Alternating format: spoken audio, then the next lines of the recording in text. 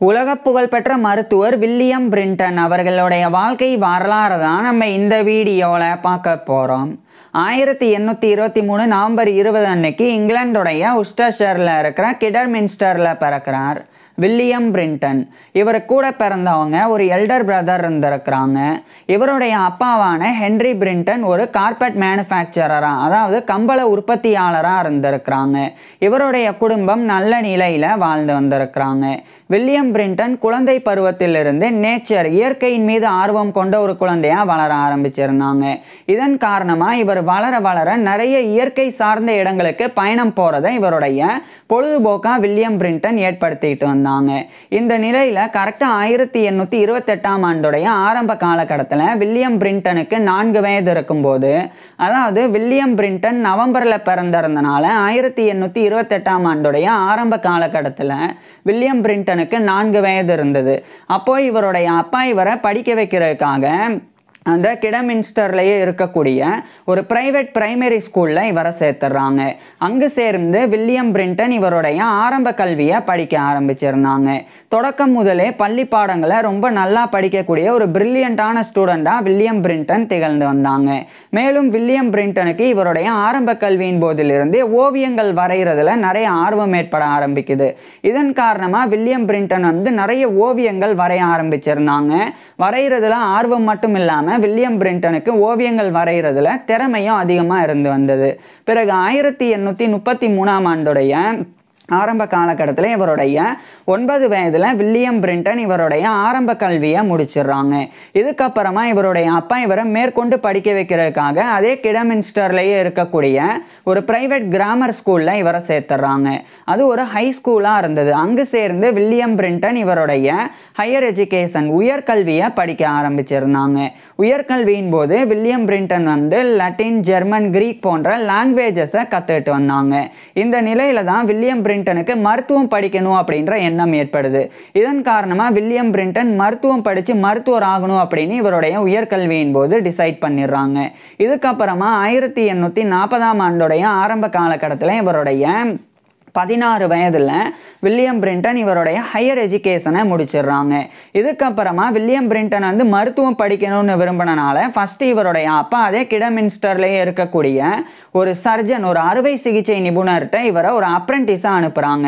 இந்த கிடமின்ஸ்டர் சர்ஜன் அவர் வில்லியம் பிரிண்டனுடைய அப்பாவுடைய நண்பராக இருந்தாங்க.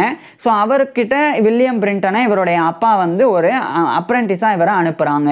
ஸோ அந்த லோக்கல் சர்ஜன், அந்த உள்ளூர் அறுவை சிகிச்சை நிபுணர் வில்லியம் பிரிண்டன் அறுவை சிகிச்சை சார்ந்த இன்ஸ்ட்ரக்ஷன்ஸையும் சர்ஜிக்கல் ட்ரைனிங்கையும் பெற்று வந்தாங்க. இப்படியே சில ஆண்டுகள் வில்லியம் பிரிண்டன் அந்த கிடமின்ஸ்டரில் இருக்கக்கூடிய அந்த லோக்கல் சர்ஜன்ட்டை அப்ரெண்டிஸாக இருந்து வந்தாங்க. இதே காலகட்டத்தில் வில்லியம் பிரிண்டன் மருத்துவ பாடங்கள், நிறைய மருத்துவ பாடங்களை வில்லியம் பிரிண்டன் படித்து வந்தாங்க. குறிப்பாக அனாட்டமி, உடற்கூறியல், ஃபிசியாலஜி, உடலியல், இது போன்ற பாடங்கள் எல்லாம் வில்லியம் பிரிண்டன் தானாகவே படித்தும் வந்தாங்க. இந்த நிலையில் அந்த ஒரு லோக்கல் சர்ஜன் வில்லியம் பிரிண்டன்ட்ட மேற்கொண்டு ஒரு ப்ராப்பராக போய் இந்த ஒரு யூனிவர்சிட்டியில் ஜாயின் பண்ணி, ஒரு மெடிக்கல் ஸ்கூலில் ஜாயின் பண்ணி மெடிசன் படிக்கணும் அப்படின்னு இவருக்கு அறிவுரை கொடுக்குறாங்க. இதை வில்லியம் பிரிண்டன் ஏற்றுக்கவும் செய்கிறாங்க. இதுக்கப்புறம் 1843 ஆண்டு கிட்டத்தட்ட இவருடைய 19-20 வயதில் வில்லியம் பிரிண்டன் இவருடைய அப்ரெண்டிஸ்ஷிப்பை அந்த ஒரு லோக்கல் சர்ஜன்ட்ட இருந்து அந்த அப்ரெண்டிஸ்ஷிப்பை முடிக்கிறாங்க. முடிச்சதுக்கப்புறமா அவருடைய அறிவுரையின் பேரில் வில்லியம் பிரிண்டன் இவருடைய அப்பா மூலமாக இந்த இங்கிலாந்துடைய உஸ்டர்ஷரில் இருக்கிற கிடமின்ஸ்டரில் இருந்து அதே இங்கிலாந்தில் இருக்கிற லண்டனுக்கு இவர் அனுப்பப்படுறாங்க. குறிப்பாக லண்டனில் இருக்கிற யூனிவர்சிட்டி ஆஃப் லண்டன், அங்கே இவர் வில்லியம் பிரிண்டன் மெட்ரிகுலேட் பண்ணி அந்த யூனிவர்சிட்டி ஆஃப் லண்டனுடைய அஃபிலியேட்டான கிங்ஸ் காலேஜ் லண்டன், அங்கே இவர் ஜாயின் பண்ணி மருத்துவம் படிக்க ஆரம்பிக்கிறாங்க. இது யூனிவர்சிட்டி ஆஃப் லண்டனுடைய கிங்ஸ் காலேஜ் லண்டன் மெடிக்கல் ஸ்கூலாக இருந்தது, மெடிக்கல் ஸ்கூலாக இருக்குது. அங்கே இவர் ஜாயின் பண்ணி 1843 ஆண்டிலிருந்து வில்லியம் பிரிண்டன் மருத்துவம் படிக்க ஆரம்பிச்சிருந்தாங்க. குறிப்பாக இவர் MBCHB படிக்க ஆரம்பிச்சிருந்தாங்க. MBCHB அப்படின்னா லட்டின்ல மெடிசனே பேக்கலோரியஸ் சர்ஜரி அப்படின்னு எக்ஸ்பான்ஷன். இதுவே இங்கிலீஷ்ல MBBS, bachelor of medicine and bachelor of surgery. இதை தான் வில்லியம் பிரிண்டன் வந்து ஆரம்பத்தில் கிங்ஸ் காலேஜ் லண்டனில் படிக்க ஆரம்பிச்சிருந்தாங்க. மருத்துவ கல்வியின் போது மருத்துவ பாடத்திட்டங்களாக தான் மெடிக்கல் கரிக்குலமாக வில்லியம் பிரிண்டன் வந்து அனாட்டமி உடற்கூறியல், ஃபிசியாலஜி உடலியல், பெத்தாலஜி நோயியல், கிளினிக்கல் மெடிசன் மருத்துவம், மெட்டீரியா மெடிக்கா மருந்துகளினுடைய பண்புகள் குறித்து படிக்கிறது, சர்ஜரி அறுவை சிகிச்சை, ஃபார்மகாலஜி மருந்தியல், கெமிஸ்ட்ரி வேதியியல், பயாலஜி உயிரியல், அப்சட்ரிக்ஸ் மகப்பேறு மருத்துவம் இந்த பிரசவம் பார்க்கறது, கைனகாலஜி பெண் நோயியல், அதுக்கப்புறமா டிசீசஸ் ஆஃப் சில்ட்ரன் இன்றைய காலகட்டத்தில் பீடியாட்ரிக்ஸ் குழந்தை மருத்துவம் அப்படின்னு அழைக்கப்படுது. அதுக்கப்புறமா வில்லியம் பிரிண்டன் வந்து இன்னும் கூடுதலாக இன்னும் நிறைய சப்ஜெக்ட்ஸ் வந்து வில்லியம் பிரிண்டன் படித்து வந்தாங்க. இதன் காரணமாக வில்லியம் பிரிண்டன் வந்து இவருடைய மருத்துவ கல்வியின் போது நிறைய ப்ரைஸஸும் வின் பண்ணாங்க. ஏன்னா இவர் ரொம்ப நல்லா படிக்கக்கூடிய ஒரு மெடிக்கல் ஸ்டூடெண்ட்டாக இருந்தனால இவர் வந்து த லீட்ஸ் ப்ரைஸை வந்து பெற்றாங்க. அதுக்கப்புறமா வான்ஃபர்ட் ப்ரைஸ் அதை வந்து வில்லியம் பிரிண்டன் வந்து பெற்றாங்க. அந்தளவுக்கு வந்து இவர் படிக்கிற காலகட்டத்திலேயே நிறைய ப்ரைஸஸ் வின் பண்ணுற அளவுக்கு அந்த அளவுக்கு ரொம்ப நல்லா வில்லியம் பிரிண்டன் வந்து படித்தாங்க. அதுக்கப்புறம் 1847ஆம் ஆண்டு கிட்டத்தட்ட இவருடைய 23-24 வயதில் வில்லியம் பிரிண்டன் வந்து அந்த கிங்ஸ் காலேஜ் லண்டன்ல இருந்து MBCHB அந்த மெடிசனே பேக்கலோரஸ் சிர்ஜி அப்படின்ற MBBS bachelor of medicine and bachelor of surgery இதை வில்லியம் பிரிண்டன் வந்து முடிக்கிறாங்க. முடிச்சதுக்கு அப்புறமா அதே கிங்ஸ் காலேஜ் லண்டன்லயே இவர் வந்து டாக்டர் ஆஃப் மெடிசன் MD டிகிரியும் படிக்க ஆரம்பிக்கிறாங்க. இது வந்து மெடிசன்ல போஸ்ட் கிராஜுவேட் தான், டாக்டர் ஆஃப் மெடிசன் அப்படின்ற MD டிகிரி. ஸோ அதை இவர் வந்து கிங்ஸ் காலேஜ் லண்டன்ல படிக்க ஆரம்பிக்கிறாங்க. டிகிரி வந்து இவருக்கு யூனிவர்சிட்டி ஆஃப் லண்டன்ல இருந்து வழங்கப்படும். ஸோ அதனால இவர் வந்து ஏற்கனவே MBCHB அந்த MBBS-ஐயும் யூனிவர்சிட்டி ஆஃப் லண்டன்ல இருந்து தான் பெற்றாங்க. ஸோ இப்போ இவர் வந்து MD-யும் படிக்க ஆரம்பிக்கிறாங்க. இந்த நிலையில் இதே 1847ஆம் ஆண்டு அந்த கிங்ஸ் காலேஜ் லண்டன் இவர் டாக்டர் ஆஃப் மெடிசன் படிக்கக்கூடிய அந்த ஒரு மெடிக்கல் காலேஜ்லேயே வில்லியம் பிரிண்டன் வந்து ஒரு ஃபேக்கல்ட்டியாகவும் நியமிக்கப்படுறாங்க. குறிப்பாக இவர் வந்து ஒரு மெடிக்கல் ரெஜிஸ்ட்ராராக நியமிக்கப்படுறாங்க. மெடிக்கல் ரெஜிஸ்ட்ரார் அப்படின்றது ஒரு டீச்சிங் பொசிஷன் தான். அதுக்கப்புறம் அந்த மெடிக்கல் ரெஜிஸ்ட்ரார் அப்படின்ற பதவியிலிருந்து ஒரு லெக்சரராக விரிவுரையாளராக இவர் வந்து பதவி உயர்வையும் பெறாங்க. ஸோ கிங்ஸ் காலேஜ் லண்டன்ல இவர் படிச்சுக்கிட்டே வில்லியம் பிரிண்டன் வந்து ஒரு லெக்சரர் விரிவுரையாளராகவும் பணிபுரிய ஆரம்பிச்சிருந்தாங்க. குறிப்பாக வந்து அனாட்டமி, பிசியாலஜி உடற்கூறியல், உடலியல் இந்த 2 பாடங்கள்ல வில்லியம் பிரிண்டன் வந்து விரிவுரைகள் கொடுத்து வந்தாங்க. ஏன்னா இந்த anatomy, physiology, pathology, materia மெடிக்கா, surgery, obstetrics, clinical medicine இதெல்லாம் வந்து மருத்துவ பாடத்திட்டத்தில் வரக்கூடிய பாடங்கள். அதில் மருத்துவ மாணவர்களுக்கு அனாட்டமி, பிசியாலஜி இந்த 2 பாடங்களை வில்லியம் பிரிண்டன் வந்து விரிவுரையாக கொடுத்து வந்தாங்க. அனாட்டமி அப்படின்றது உடற்கூறியல் அப்படின்னா உடல் உறுப்புகள், திசுக்கள், எலும்புகள் அவைகளினுடைய ஸ்ட்ரக்சர் கட்டமைப்பு குறித்து படிக்கிறது தான் அனாட்டமி அப்படின்றது. உதாரணத்துக்கு நம்மளுடைய உடலில் இருதயம் எங்கே அமைஞ்சிருக்கு, அந்த இருதயத்தினுடைய வடிவம் என்ன, அந்த இருதயத்தில் எத்தனை சேம்பர்ஸ் அறைகள் இருக்குது, அந்த இருதயத்தினுடைய இரத்த நாளங்கள் எப்படி உடலில் பரவி இருக்குது, அதுக்கப்புறம் நம்மளுடைய உடல் திசுக்களினுடைய தன்மை என்ன, நம்மளுடைய உடல் எலும்புகள் எவ்வாறு அமைஞ்சிருக்கு அப்படின்னு ஒட்டுமொத்தமாக உடல் உறுப்புகள், திசுக்கள், எலும்புகள் அவைகளினுடைய கட்டமைப்பு ஸ்ட்ரக்சர் குறித்து படிக்கிறது தான் அனாட்டமி உடற்கூறியல் அப்படின்றது. அதேமாதிரி பிசியாலஜி உடலியல் அப்படின்றது உடல் உறுப்புகளினுடைய ஃபங்க்ஷன்ஸ் செயல்பாடுகள் குறித்து படிக்கிறது தான் பிசியாலஜி. உதாரணத்துக்கு நம்மளுடைய இருதயம் எப்படி துடிக்குது, நம்மளுடைய உடலில் எப்படி பிளட் சர்க்குலேட் ஆகுது அப்படின்னு இது மாதிரியான உடல் செயல்பாடுகள் குறித்து படிக்கிறது, ஃபங்க்ஷன்ஸ் குறித்து படிக்கிறது பிசியாலஜி உடலியல் அப்படின்றது. இந்த 2 பாடங்களில் தான் இவர் வந்து விரிவுரையாளராக இருந்து வந்தாங்க. இதுக்கப்புறம் 1848ஆம் ஆண்டு கிட்டத்தட்ட இவருடைய 24-25 வயதில் வில்லியம் பிரிண்டன் வந்து இவருடைய டாக்டர் ஆஃப் மெடிசன் அப்படின்ற MD டிகிரியை அந்த யூனிவர்சிட்டி ஆஃப் லண்டன்ல இருந்து முடிச்சிடுறாங்க. முடிச்ச உடனடியாக இதே 1848ஆம் ஆண்டு இங்கிலாந்துடைய லண்டன்லே இருக்கிற ராயல் சொசைட்டி ஆஃப் லண்டன் அந்த ஒரு ராயல் சொசைட்டிக்கு வில்லியம் பிரிண்டன் வந்து ஒரு ரிசர்ச் பேப்பர் எழுதி இவர் வந்து வெளியிடுறாங்க. அது வந்து contributions to the physiology of the alimentary canal அப்படின்ற அந்த டைட்டில் இந்த ஒரு இவருடைய ஒர்க்கை வந்து ராயல் சொசைட்டில இவர் வந்து வெளியிடுறாங்க. இப்போ இந்த அலிமெண்ட்ரி கேனல் அப்படின்றது என்னன்னா, இது வந்து நம்மளுடைய வாயிலிருந்து ஆசனவாய் வரைக்கும் இருக்கக்கூடிய அந்த ஒரு விஷயத்தை வந்து குறிக்கக்கூடிய அந்த ஒரு அமைப்பை குறிக்கிறது தான் அலிமெண்ட்ரி கனல் அப்படின்றது. உதாரணத்துக்கு நம்மளுடைய வாய், அதுக்கப்புறம் நம்மளுடைய உணவு குழாய், அதே மாதிரி நம்மளுடைய வயிறு, பெருங்குடல், மலக்குடல் அப்படின்னு இதெல்லாம் உள்ளடங்கியது வந்து அலிமெண்ட்ரி கனல் அப்படின்னு. இந்த அலிமெண்ட்ரி கனல் அப்படின்ற இந்த ஒரு பகுதியினுடைய அந்த செயல்பாடுகள் வந்து எப்படி இருக்குது, ஃபங்க்ஷன்ஸ்லாம் எப்படி இருக்குது அப்படின்ற குறித்து தான் வில்லியம் பிரிண்டன் வந்து இந்த ஒரு contributions to the physiology of the alimentary canal அப்படின்ற ஒர்க்கில் வெளியிட்டிருந்தாங்க. அதுக்கப்புறம் அதுக்கப்புறமா அதே 1848ஆம் ஆண்டு லண்டன்லேயே இருக்கிற வெஸ்டர்ன் டிஸ்பென்சரி அங்கே இவர் ஒரு ஃபிசிஷியன் மருத்துவராகவும் நியமிக்கப்படுறாங்க. ஸோ அட் அ டைமில் கிங்ஸ் காலேஜ் லண்டனில் ஒரு லெக்சரர் ஆன் அனாட்டமி அண்ட் ஃபிசியாலஜியாகவும் இன்னொரு பக்கம் வந்து இந்த ஒரு வெஸ்டர்ன் டிஸ்பென்சரியில் ஒரு ஃபிசிஷியனாகவும் ஒர்க் பண்ணி வந்தாங்க. அதுக்கப்புறம் 1849ஆம் ஆண்டு வில்லியம் பிரிண்டன் வந்து royal college of physicians of London அதனுடைய ஒரு மெம்பராக தேர்ந்தெடுக்கப்படுறாங்க. Royal college of physicians of London அப்படின்றது வந்து லண்டனில் இருக்கிற ஃபிசிஷியன்ஸ் மருத்துவர்களுக்கு உண்டான ஒரு ராயல் காலேஜ். அதனுடைய மெம்பர்ஷிப்பை 1849ஆம் ஆண்டு வில்லியம் பிரிண்டன் வந்து பெறாங்க. ஸோ கிட்டத்தட்ட இவருடைய 26 வயதில் பெறாங்க. So member of the royal college of physicians MRCP அப்படின்ற மெம்பர்ஷிப்பை 1849ஆம் ஆண்டு வில்லியம் பிரிண்டன் பெறாங்க. அதுக்கப்புறமா வில்லியம் பிரிண்டன் வந்து இதே காலகட்டத்தில் நிறைய ரிசர்ச்சர்ஸில் ஈடுபட்டாங்க. குறிப்பாக வில்லியம் பிரிண்டனுக்கு வந்து கிரீக் தெரியும், லட்டின் தெரியும், அதுக்கப்புறம் இங்கிலீஷ் தெரியும், ஜெர்மன் தெரியும். இந்த லாங்குவேஜஸ்லாம் தெரிகிறனால இது மிகப்பெரிய அட்வான்டேஜாக இருந்தது. எந்த அளவுக்கு அப்படின்னா ஜெர்மன் மொழியில் வெளிவரக்கூடிய மருத்துவம் சார்ந்த புத்தகங்கள் அதெல்லாம் வில்லியம் பிரிண்டன் வந்து படித்து நிறைய மருத்துவம் சார்ந்த விஷயங்களை கற்றுக்கிட்டும் வந்தாங்க. குறிப்பாக கூஸ்டாஃப் கேப்ரியல் வேலண்டைன் அப்படின்னு சொல்லி ஒரு மருத்துவர், இவர் வந்து ஒரு உடலியல் நிபுணரும் கூட. இவர் வந்து ஜெர்மனியை சேர்ந்தவர். அவர் வந்து ஒரு புக்கை வந்து எழுதி வெளியிடுறாங்க உடலியலில், அதாவது ஃபிசியாலஜியில் ஒரு பாட புத்தகத்தை அவர் ஜெர்மன் லாங்குவேஜில் எழுதி வெளியிட்டாங்க. இப்போ அந்த ஜெர்மன் லாங்குவேஜில் எழுதி வெளியிடப்பட்ட அந்த பாட புத்தகமானது ரொம்ப ஒரு முக்கியமான ஒரு பாட புத்தகமாக இருந்தது. அதனால வில்லியம் பிரிண்டன் வந்து அதை இங்கிலீஷில் மொழிமாற்றம் பண்ணணும் ஜெர்மன் மொழியிலிருந்து அப்படின்னு முடிவு பண்ணுறாங்க. அந்த ஒரு ஒர்க்கில் ஈடுபடவும் தொடங்குறாங்க. இதுக்கப்புறம் 1852ஆம் ஆண்டு லண்டன் பரோ ஆஃப் கேம்டனில் இருக்கிற ஹாம்ஸ்டட் அங்கே இருக்கிற ராயல் ஃப்ரீ ஹாஸ்பிட்டல் அப்படின்ற ஒரு டீச்சிங் ஹாஸ்பிட்டல் அங்கே இவர் ஒரு ஃபிசிஷியன் மருத்துவராக பதவியை பெறாங்க. ஸோ ஏற்கனவே இவர் வந்து வெஸ்டர்ன் டிஸ்பென்சரி அப்படின்ற ஒரு சிறிய மருந்தகத்தில் மருத்துவராக இருந்தாங்க. இப்போ வந்து ராயல் ஃப்ரீ ஹாஸ்பிட்டல் அப்படின்ற ஒரு பெரிய டீச்சிங் ஹாஸ்பிட்டலில் இவர் ஒரு மருத்துவராக நியமிக்கப்படுறாங்க. டீச்சிங் ஹாஸ்பிட்டல் அப்படின்னா நோயாளிகளுக்கு சிகிச்சை மட்டும் வழங்கப்படக்கூடியது நார்மல் ஹாஸ்பிட்டல். அதே சமயம் மருத்துவ மாணவர்களுக்கு மருத்துவ கல்வியும் மருத்துவ பயிற்சியும் கூட வழங்கப்பட்டால் அதுதான் டீச்சிங் ஹாஸ்பிட்டல். ஸோ அது மாதிரி ஒரு டீச்சிங் ஹாஸ்பிட்டல் தான் இந்த ராயல் ஃப்ரீ ஹாஸ்பிட்டல் அப்படின்றது. அங்கே ஒரு ஃபிசிஷியன் மருத்துவராக தான் 1852ஆம் ஆண்டு வில்லியம் பிரிண்டன் நியமிக்கப்பட்டாங்க.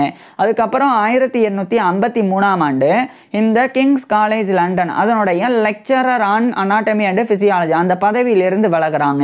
விலகிட்டு அதே லண்டனில் இருக்கிற Saint Thomas's hospital medical school, அதாவது செயின்ட் தாமஸஸ் ஹாஸ்பிட்டல் அப்படின்னு ஒரு மருத்துவமனை இருக்கு. அதனுடைய கேம்பஸில் ஒரு மெடிக்கல் ஸ்கூல் இருக்கு. அதுவும் வந்து யூனிவர்சிட்டி ஆஃப் லண்டனோட அஃபிலியேட் ஆனது தான். ஸோ அந்த மெடிக்கல் ஸ்கூல் தான் Saint Thomas's hospital medical school அப்படின்றது. அங்கே இவர் ஒரு லெக்சரர் ஆன் ஃபெரன்சிக் மெடிசனாக நியமிக்கப்படுறாங்க. அதாவது ஃபெரன்சிக் மெடிசன் அப்படின்னா தடயவியல் மருத்துவம், இந்த தடயத்தை வந்து சேகரிக்கிறது.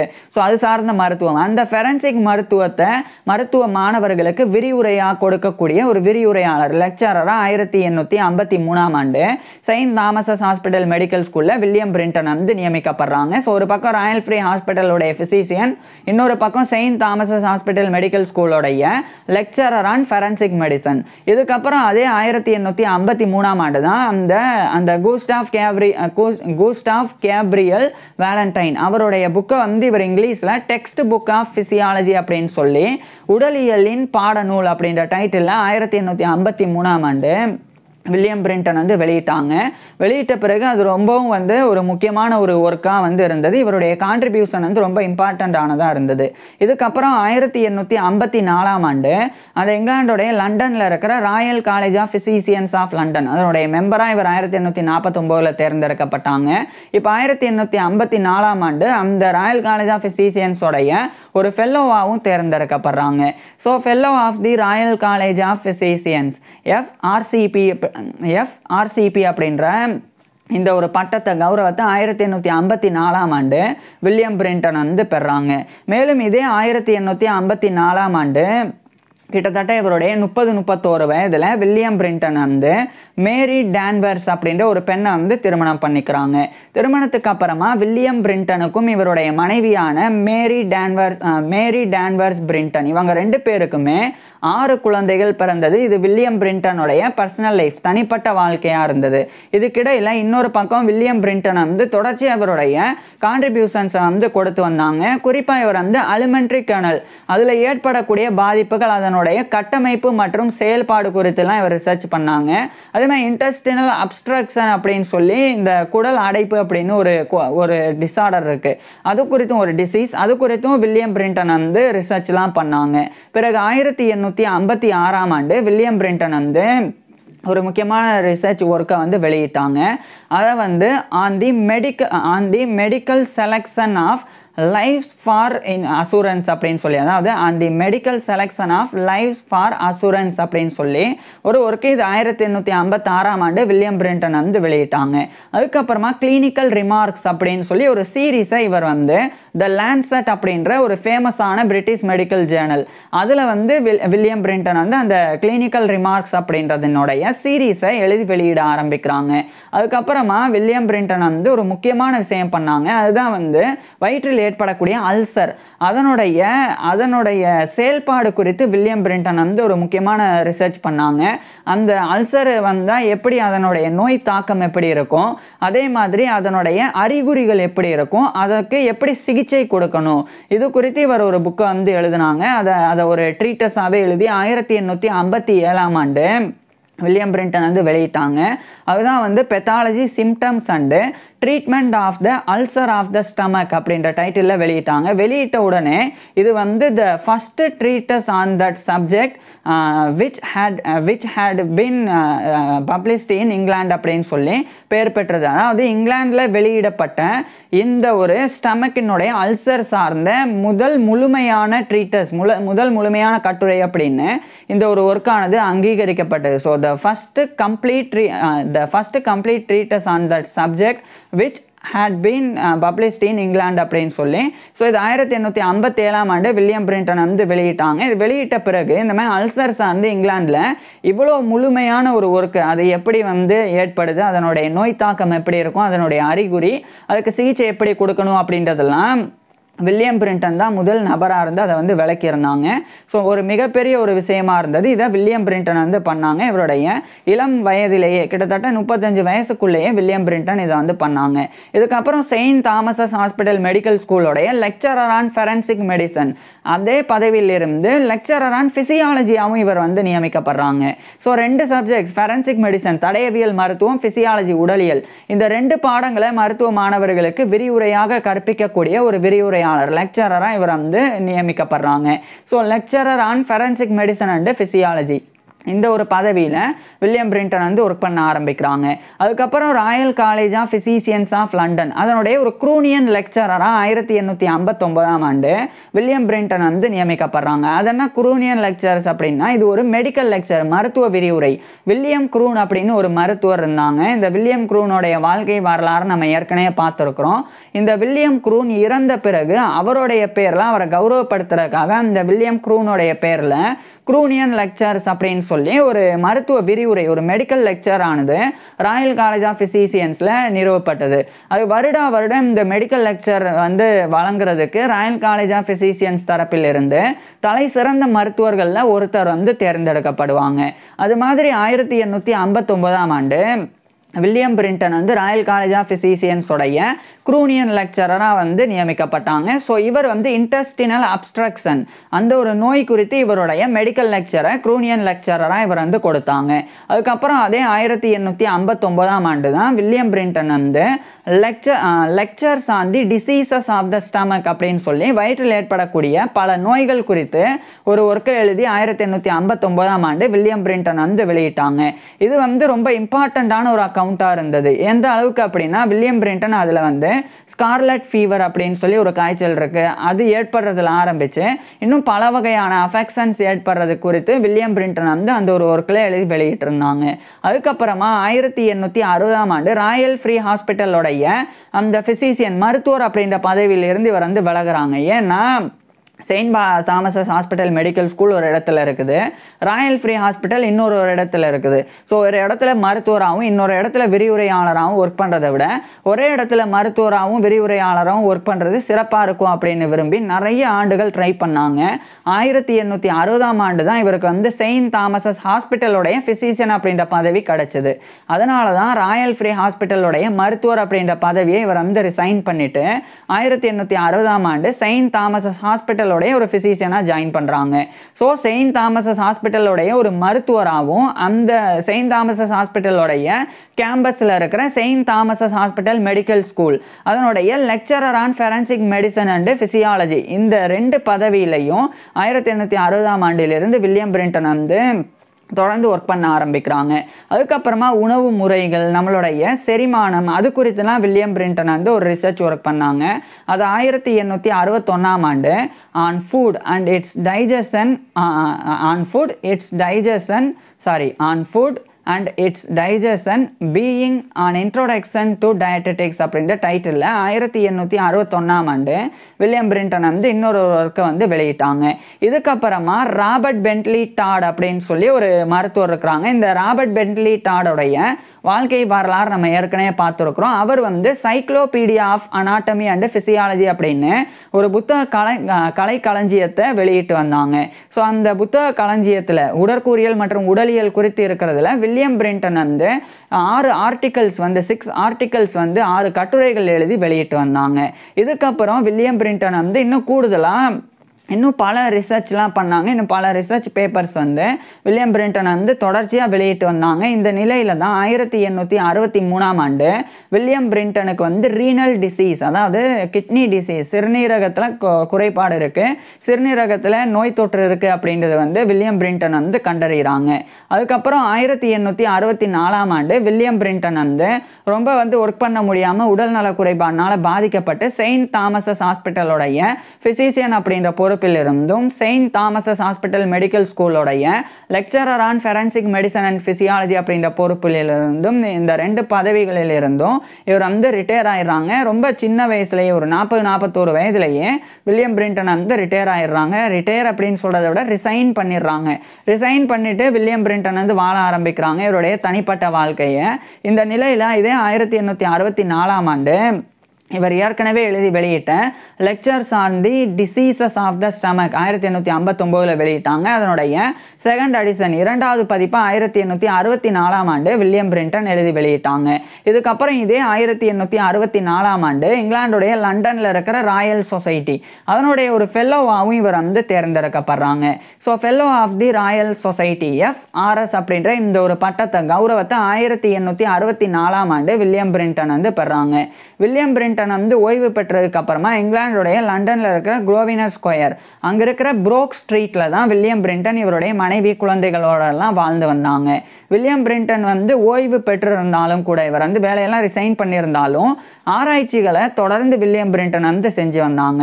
குறிப்பா இவர் வந்து comprehensive account of the peptic ulcer அப்படின்னு சொல்லி ஒரு ஒர்க் இதை வில்லியம் பிரிண்டன் வந்து எழுதி வெளியிட்டாங்க. இது மாதிரி இன்னும் பல புத்தகங்கள் வெளியிட்டாங்க. இன்னும் அதே மாதிரி பல புத்தகங்கள் ஜெர்மன் லாங்குவேஜஸ்ல இருக்கக்கூடிய புத்தகங்களை வில்லியம் பிரிண்டன் வந்து ஆங்கிலத்தில் மொழிமாற்றம் பண்ணி வெளியிடவும் செஞ்சாங்க.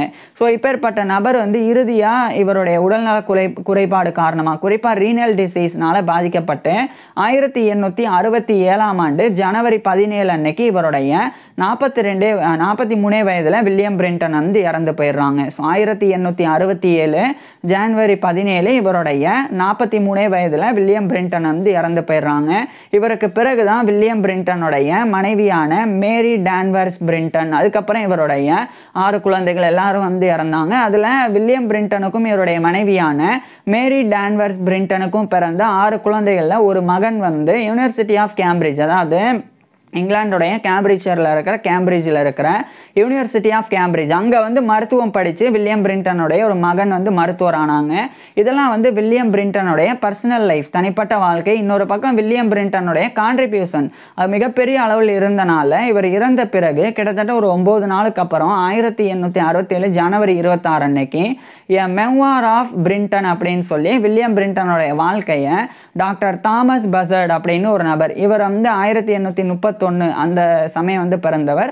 ஸோ அவர் வந்து 1919 வரைக்கும் வாழ்ந்தவர். அந்த டாக்டர் தாமஸ் பசர்ட் வந்து வில்லியம் பிரிண்டனுடைய வாழ்க்கையை வெளியிட்டாங்க. அதுக்கப்புறம் வில்லியம் பிரிண்டனால் விரிவுரையாக க்ரூனியன் லெக்சர்ஸாக 1859ஆம் ஆண்டு கொடுக்கப்பட்ட இன்டெஸ்டினல் அப்ஸ்ட்ரக்ஷன் அதை வந்து ஒரு ரிசர்ச் ஒர்க்காகவே எழுதி அந்த டாக்டர் தாமஸ் பசர்ட் வந்து வெளியிட்டு அதை வந்து வில்லியம் பிரிண்டனுடைய பங்களிப்பு, குறிப்பாக வந்து குடலில் ஏற்படக்கூடிய நோய்கள் குறித்து இவருடைய பங்களிப்பை அவர் வந்து வெளிப்படுத்தினாங்க. இதனால் வில்லியம் பிரிண்டன் வந்து வெறும் 43 ஆண்டுகள் 44 ஆண்டுகளுக்குள்ளே மட்டும் இவர் வாழ்ந்திருந்தாலும் வாழ்கிற குறுகிய காலகட்டத்தில் மருத்துவத்தில் மிகப்பெரிய பங்களிப்பை வில்லியம் பிரிண்டன் வந்து கொடுத்துருக்குறாங்க. குறிப்பாக வந்து அல்சர், வயிற்றில் ஏற்படக்கூடிய அல்சரினுடைய முழு விளக்கத்தை கொடுத்த முதல் நபர் வில்லியம் பிரிண்டன் அப்படின்னு சொல்லி இன்னைக்கு வரைக்குமே வந்து கொண்டாடப்படுறாங்க. ஸோ இது மட்டும் இல்லாமல் இதையும் தாண்டி வில்லியம் பிரிண்டன் வந்து எக்கச்சக்க பங்களிப்புகளை கொடுத்திருக்கிறாங்க. ஆனால் துரதிர்ஷ்டவசமாக 44 ஆண்டுகள் மட்டும் வாழ்ந்தாங்க அப்படின்றது வருத்தப்பட வேண்டிய ஒரு விஷயம்தான். ஸோ இப்பேற்பட்ட வில்லியம் பிரிண்டன் பற்றி நீங்கள் என்ன நினைக்கிறீங்க அப்படின்றத கீழே கமெண்ட்ஸில் சொல்லுங்கள். உங்களுக்கு எந்த மாதிரியான டாபிக்ஸில் எந்த மாதிரியான வீடியோஸ் வேணும் அப்படின்றத கீழே கமெண்ட்ஸில் சொல்லுங்கள். ஒரே ஒரு விஷயம், வில்லியம் பிரிண்டனுடைய ரிசர்ச் ஒர்க்ஸ் இவருடைய இறப்பின் பிறகும் அடுத்தடுத்து வெளிவந்தது. குறிப்பாக அந்த இவர் வெளியிட்ட the medical selection of lives for assurance அப்படின்னா லைஃப் இன்சூரன்ஸ் சார்ந்து அது 1869ஆம் ஆண்டு 4th எடிஷன் அதனுடைய 4வது பதிப்பு வெளியிடப்பட்டது வில்லியம் பிரிண்டனுடைய இறப்பின் பிறகு. இது மாதிரி வில்லியம் பிரிண்டனுடைய கான்ட்ரிபியூஷன்ஸ் எல்லாம் அடுத்தடுத்து இவருடைய இறப்பின் பிறகும் வந்து மருத்துவ உலகில் தோன்றியிருந்தது. தேங்க்யூ.